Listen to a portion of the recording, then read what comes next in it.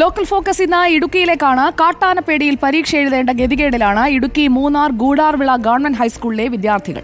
കഴിഞ്ഞ ദിവസം പകൽ സമയത്ത് പഴയപ്പ സ്കൂൾ മുറ്റത്തെത്തി. രാത്രി പകൽ വ്യത്യാസമില്ലാതെ കാട്ടാന എത്തുന്ന പ്രദേശത്ത് സ്ഥിതി ചെയ്യുന്ന സ്കൂളാണ്. സുരക്ഷാ സംവിധാനങ്ങളും അവിടെയില്ല. പരീക്ഷാ സമയത്ത് മാത്രം RRT സംഘം എത്തി സ്കൂളിന് കാവൽ നിൽക്കും. കാട്ടാനയെ പേടിക്കാതെ കുട്ടികൾക്ക് സ്കൂളിൽ വന്ന് മടങ്ങാനുള്ള സംവിധാനം ഒരുക്കണമെന്നാണ് സ്കൂൾ അധികൃതർ ആവശ്യപ്പെടുന്നത്.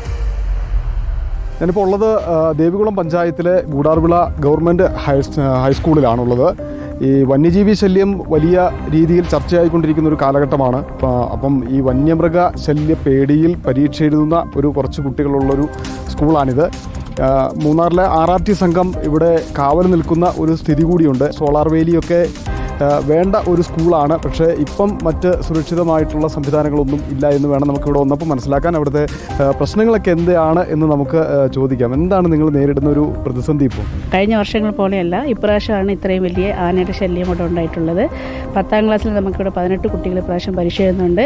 അപ്പോൾ ഈ 2 ആഴ്ചയായിട്ട് ഇവിടെ ആന കൂട്ടങ്ങൾ ഇവിടെ തമ്പടിച്ച് നിൽക്കുകയാണ്. അപ്പോൾ അതുകൊണ്ട് നമുക്ക് പിള്ളേർക്ക് ഇവിടുന്ന് ഒരു 5-6 കിലോമീറ്റർ ചുറ്റളവിലുള്ള പിള്ളേരാണ് ഇവിടെ പഠിക്കുന്നത്. അപ്പോൾ ദിവസം അവർക്ക് വണ്ടിയിൽ പോയി വരാൻ പിള്ളേർക്ക് ഭയങ്കര ബുദ്ധിമുട്ടാണ്. എന്ന് വെച്ചാൽ ഈ ഇടയിലുള്ള റോഡൊക്കെ അടയ്ക്കുമ്പോൾ ഈ നെറ്റിക്കുടി ടോപ്പ് അല്ലെങ്കിൽ സെൻട്രലിൽ നിന്നൊക്കെ വരുന്ന പിള്ളേർക്ക് ഭയങ്കര ബുദ്ധിമുട്ടാണ്. ഇപ്പോൾ ഒരു 2 ആഴ്ചയ്ക്ക് കൂടുതലായിട്ട് ആന ഈ പരിസരത്ത് തന്നെ ഉള്ളത്. പിന്നെ നമുക്ക് RRT സംഘം നമുക്ക് എല്ലാ സഹായവും നമ്മുടെ ഈ സ്കൂൾ പരിസരത്തുണ്ടെങ്കിലും ഈ പിള്ളേർ വരുന്ന വഴിക്ക് നമുക്ക് ബുദ്ധിമുട്ടാണ്. പിള്ളേർക്കും ഇച്ചിരി പേടിയാണ്. കഴിഞ്ഞ 2 ആഴ്ചയ്ക്ക് മുമ്പേ അവിടെയായിരുന്നു ആന. ഒരു 4 മണിക്ക് ശേഷം നമ്മൾ കണ്ടപ്പോൾ പെട്ടെന്നായിരുന്നു അപ്രതീക്ഷിതമായി ഇവിടെ വന്നു. അപ്പോൾ വന്നപ്പോൾ നമ്മളെല്ലാവരും പെട്ടെന്ന് ഷോക്കായിപ്പോയി. കാരണം ഒന്നും ചെയ്യാൻ പറ്റില്ലായിരുന്നു. അതിനു മുമ്പ് കുറച്ച് സമയത്തിന് മുമ്പ് RRT ടീം വന്ന് നോക്കിയിട്ട് ജസ്റ്റ് അവർ പോയതേ ഉള്ളൂ. അപ്പോഴേക്കും ആന ഇവിടെ വന്നു. പക്ഷേ ദൈവം സഹായിച്ച് അത് പിന്നെ അങ്ങോട്ട് പോയി. അതുകൊണ്ട് അന്ന് ശരിക്കും പറഞ്ഞാൽ നമ്മൾക്ക് ഈ നൂലിലയാണ് രക്ഷപ്പെട്ടത്.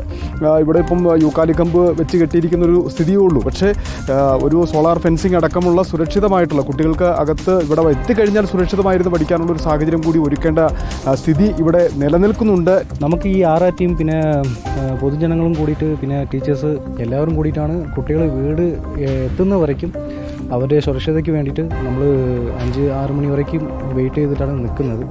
അപ്പോൾ ഇതുമാതിരിയുള്ള കുറച്ച് കാര്യങ്ങളൊക്കെ ഉണ്ട്. പിന്നെ കോമ്പൗണ്ട് വാൾ ഫുള്ളും കിട്ടിക്കഴിഞ്ഞാലും കിട്ടുവാണെങ്കിലും നമുക്ക് ഇതിൽ നിന്ന് ഒന്ന് മാറി നിൽക്കാൻ കഴിയും. ശാശ്വതമായിട്ടുള്ള പരിഹാരം ഉണ്ടാക്കണം എന്നുള്ളതാണ് ഇവിടുത്തെ തോട്ടം തൊഴിലാളികളടക്കമുള്ള ആളുകളുടെയും ഒപ്പം തന്നെ ഇവിടുത്തെ അധ്യാപകരുടെയും വിദ്യാർത്ഥികളുടെയും ഒക്കെ ആവശ്യം. ആ ആവശ്യം സർക്കാർ ആ രീതിയിൽ പരിഗണിക്കും എന്ന് പ്രതീക്ഷിക്കുന്നു. വീഡിയോ ജേർണലിസ്റ്റ് ജിതിൻ ജോസഫിനൊപ്പം reporter Sandeep Rajakkad, in reporter, Idukki.